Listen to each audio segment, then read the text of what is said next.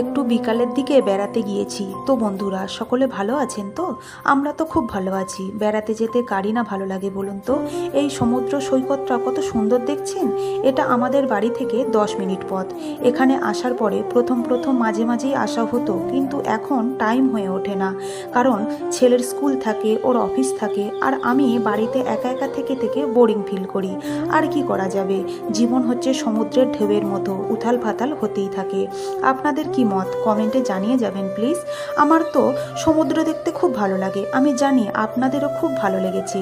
আমার খুব ইচ্ছে আছে এখানে নতুন নতুন খাবার ট্রাই করা। কেরালাতে এসেছি আর এখানকার খাবার না খেলে কি হয় বলুন তো?